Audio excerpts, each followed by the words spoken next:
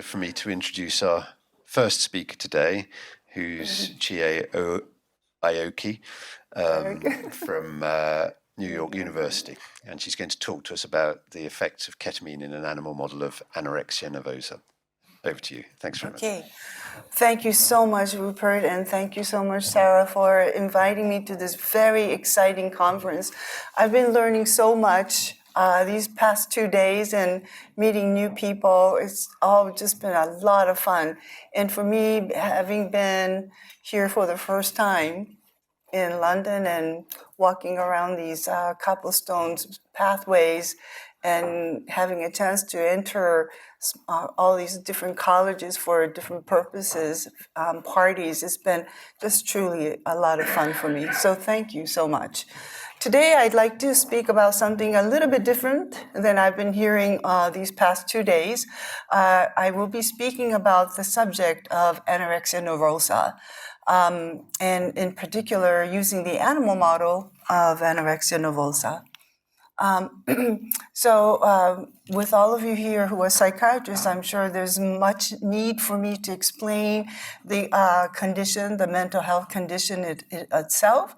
But just to put everybody on the same sort of platform, I like to remind that not only is anorexia nervosa a mental illness that is very deadly, it is caused by the combination of severe food restriction and excessive exercise, which together yield very low body weight and which can yield, which can generate death. And the other tragic about this condition is that it has a very high relapse rate and it can be long-lasting. A patient diagnosed with anorexia nervosa will be considered in danger of relapse for the next 21 years, during which time mortality is something that the person and the family members will be thinking about and worrying about.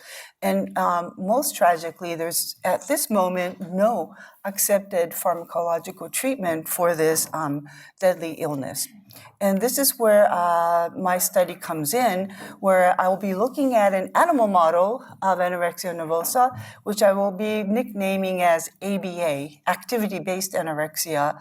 And I hope to be able to convince you that this is an adequate model for studying and exploring the pharmacological possible treatments. I will speak very briefly about a 2018 publication I made in the International Journal of Eating Disorders, where we reported on ketamine's ameliorative effect of reducing ABA vulnerability when administered in mid-adolescence. This study was actually inspired to me by a paper that came out in 1998 by Mills, which reported that 9 out of 15 of his patients who were diagnosed with anorexia nervosa were in long-term remission following IV infusion of ketamine. So I had just finished convincing myself that my animal model was good enough to capture some of the phenotypes of anorexia nervosa, and I had given it a go in 2018 and show that really many of the maladaptive behavior patterns could be ameliorated after injection of IP injection of ketamine.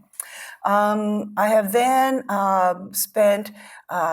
collected the brains from these animals and analyzed what it is about ketamine that changes brain circuitry to bring about gain of resilience from this animal model of anorexia nervosa.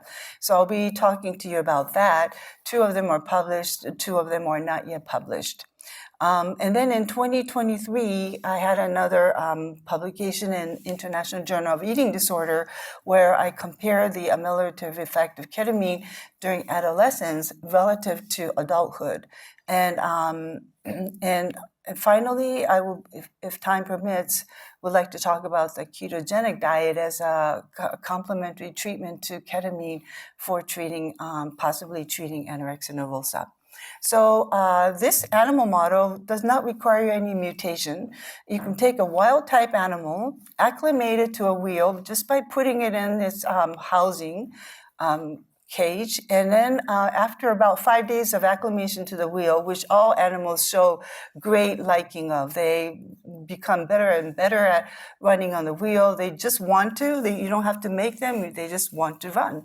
They enjoy running. You then impose food restriction on them by enabling them to eat just for 2 hours from 7 to 9 p.m. because they're nocturnal animals. I give it to them in the nighttime. And what we see is that combination of food restriction and after acclimation to the wheel results in a robust increase in voluntary exercise. So as they become hungry, they exercise more, they run more, and that paradoxical combination of not eating enough and continuing to stay on the wheel, even when they're hungry, even during the 2 hours of food availability, is what leads to the severe weight loss, and to the point where animal can lose their life as well. So mortality is something we have to be very vigilant about in this animal model. It can be induced in rats and in mice. So looking at the wheel running behavior of these animals, here shown on the y-axis, across time, when food is available ad libitum, they usually run only in the nighttime. But when food becomes available only from 7 to 9 p.m., then their running becomes very aberrant. They start to run during the daytime instead of sleeping, which is what they like to do during the daytime. And they very quickly learn when food is available. It's only available from 7 to 9. And so they become very hyperactive in the hours leading up to the food availability.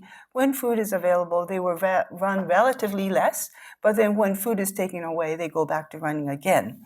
So this is the ABA, activity-based anorexia paradigm, where in the field we often use the word FAA, food anticipatory activity, because animals entrain to the feeding time and run very much during the 1 p.m. to 7 p.m. And it is that robust change in the activity during this period which I mark as one of the signatures of vulnerability of an animal. And we can also monitor the running postprandially and quantitate ABA vulnerability using multiple measures. I use body weight loss, the FAA, food anticipatory activity level, failure to compensatorily eat following the feeding period, following the running period. So this is the paradox seen in the anorexia nervosa condition, where animals and humans will exercise too much, and when food is available, they don't eat in a compensatory manner, which is why they lose weight.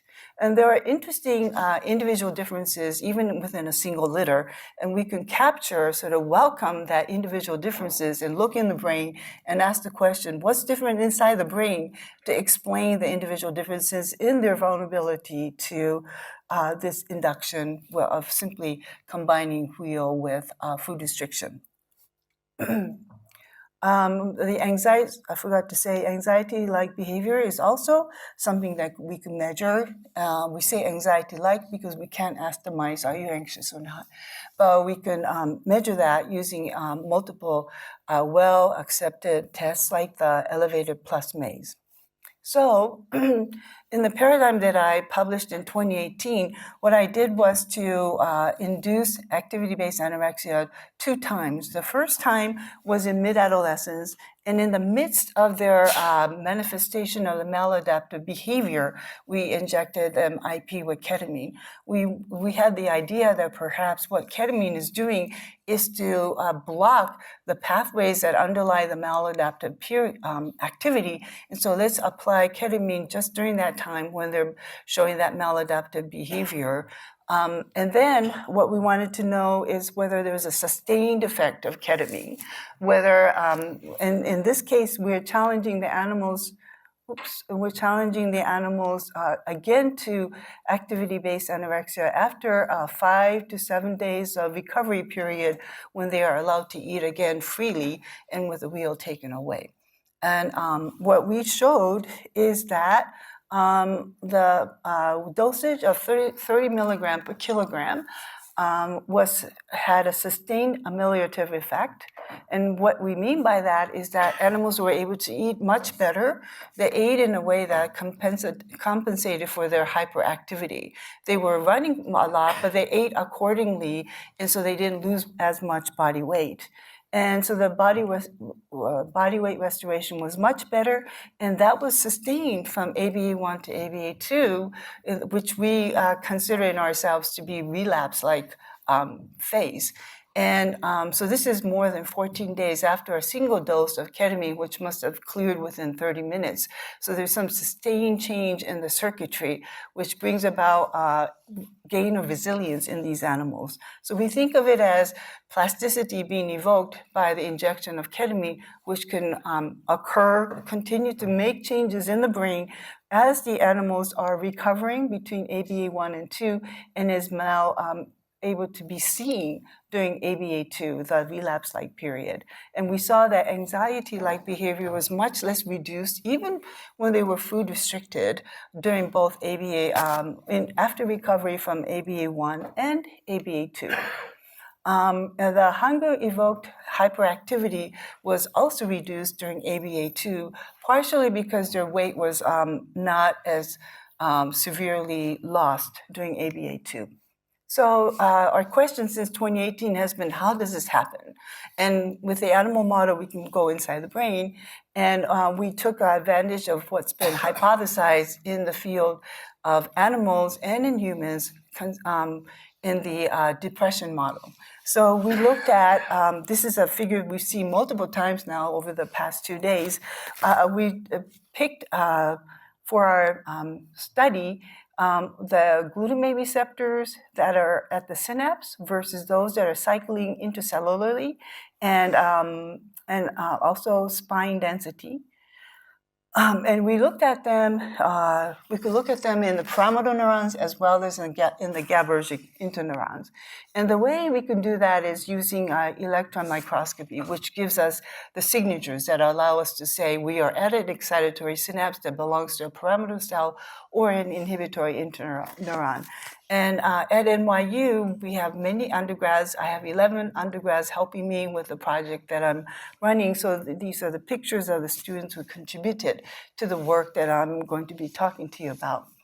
And electron microscopy is my favorite mode of examination because it allows us to ask the question whether a receptor is specifically at the synaptic cleft or is in the intracellular domain where they could be there to serve as a reserve pool for quickly trafficking the NMDA receptor to the synapse upon call, or be sequestered away so that the receptors are available, but not at that moment. So they're readily available, but not necessarily contributing to the minute-by-minute change in excitability of the neurons.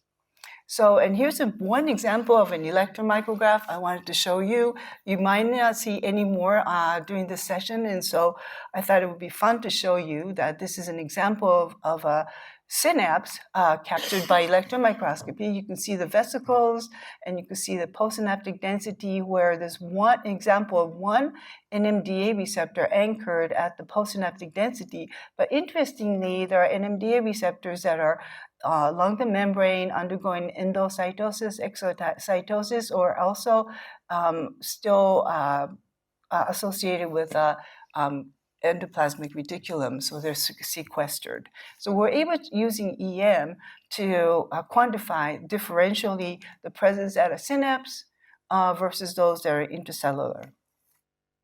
And this is one finding where we characterized the animal's behavior and quantified how much the animal sustained FAA, the hyperactivity evoked by food restriction, during ABA1 to ABA2. So in here, a positive value means that the animal continued to be vulnerable through the 2 sessions of activity-based anorexia, while the negative value means that the animal gained resilience.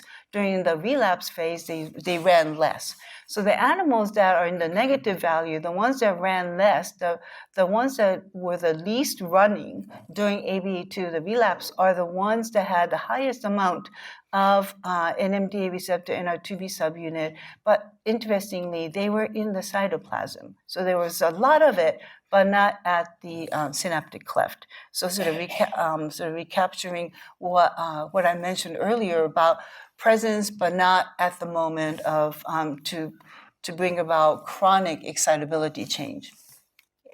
So, and we had other studies indicating through chemogenetic manipulation showing that corticostriatal pathway was responsible for the sustained activity, the FAA. So we are thinking that it's the pyramidal neurons, the spines of the pyramidal neurons belonging to the corticostriatal pathway, which were underwent plasticity in a way of increasing the NMDA receptors, but keeping them sequestered intracellularly. When we looked at another behavior, which is food consumption, we found that food consumption, animals that showed, where's my cursor? It went away. I really think it's gone. Yeah. So the animals that showed better food consumption on the y-axis are shown here for the blue dots. Each dot, sorry, I forgot to say, represent behavior of one animal and then correlated with the anatomy. The animals that consumed more, so higher value on the y-axis, were the ones that also showed, again, more NMDA receptor in the dendritic spines. And we have another study that we did earlier with chemogenetic manipulation, indicating that the prefrontal cortical projection to dorsal raphe is involved in the regulation of food consumption of these animals undergoing ABA. So we think that the increased excitability of this cortical raphe pathway, which, by the way, hits the GABAergic neurons in the dorsal raphe to now reduce serotonin release, that is the pathway that's undergoing change in a plastic way with the result of ketamine 14 days ago. So what I'm saying is that looking at the dendritic spines, we're probably looking at different population of pyramidal neurons. For those that are undergoing change that support running, we're seeing a sequestration of the receptor away from the synaptic junction, while for those pyramidal neurons supporting the pathway that says to the animal, eat more, we're seeing an increase of NMDA receptor at the synapse. Okay, so the challenge too was realizing that that parents of individuals who are suffering from anorexia nervosa are probably not going to be ready to receive ketamine on their first bout of anorexia, like maladaptive behavior. But if they were to have a relapse, that might be when ketamine might be considered by the doctors. So we wanted to know what we could do for in our animals that are undergoing relapse from ABA1 to ABA2. So we tried administering ketamine to the animal as we did in earlier study with ABA1, and we found that it was not efficacious. But if we tripled it, then it was. And the way that it was efficacious is that in many ways to measure it again, but one way that we found to be very interesting is looking at the correlation during the third ABA, so when they were in relapse, and again, ketamine was long cleared from their body, measuring how much they ran and comparing that to how much they ate subsequent to the FAA from 7 to 9. And the animals that received only vehicle for 3 injections are indicated in black squares. They had the characteristic maladaptive behavior because they both ran too much, and also the one that ran too much also did not eat as well. but the red line is depicting those that were treated with ketamine, where after the ketamine treatment, they ran less, and those that ran more also achieved better consumption of food during the 7 to 9. So they brought in a more compensatory, adaptive behavior of eating in accordance to need.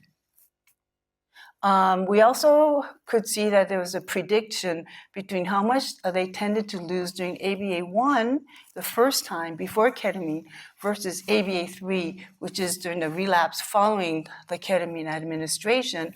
And what we see is that the black is the data for the vehicle-treated animals, while the red are the animals that received 3 injections of ketamine. They're above the trend line for prediction. So they were destined to be vulnerable again, but the ketamine helped them to improve relatively more in their consumption following the ketamine treatment.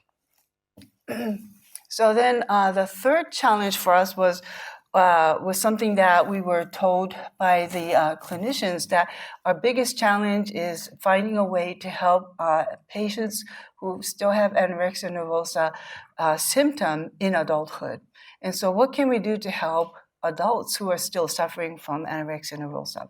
And in this case, we found that, so we shifted the whole timeline of when they had the first ABA to late adolescence and tried giving ketamine in adulthood, young adulthood, and giving 3 doses of it, and then watching to see in the relapse from that, when the ketamine has cleared, how well they do. And what we found is that these animals that received ketamine did relatively better than the saline-injected animals in terms of weight gain in a compensatory way to feeding. And so that's seen here in the red dots as well compared to the black, but they were still having that negative slope, which made that they were still exhibiting the maladaptive behavior. Those that ran too much were the same ones that didn't eat as much. So we weren't able to reverse it. So we are now left with a sort of a new challenge of what else can we do. And for that, we have begun to look at an alternative treatment, which is ketogenic diet. And this was an example of, again, bedside to the lab, to the bench, where there was a study showing that the combination of ketogenic diet with ketamine was helpful in ameliorating the anorexia-like behavior in humans. So we wanted to find out how much ketogenic diet alone could be helpful. And we found that it's indeed very helpful for our animal models in that if you look at how their baseline body weight and how much they lost weight following the first and second day of food restriction, the red line is for those animals that had undergone ketogenic diet versus standard diet. So animals with a ketogenic diet lost less weight, and happily, the animals that lost less weight also showed very minimal increase in the food anticipatory activity that was evoked by hunger. So they did become hungry, and when they were very, very hungry, they became as hyperactive as the standard pellet-fed animals, but in the relapse, they did even better just with a ketogenic diet. And we believe these animals were in ketosis by this time. And so we're now thinking, let's try to combine ketogenic diet with ketamine, but so far we have found very few animals that need to be treated further because the ketogenic diet alone is doing such a great job of ameliorating the FAA, food anticipatory activity, and helping them to retain body weight. So at this point, I'll stop and ask if you have any questions. Thank you for your attention.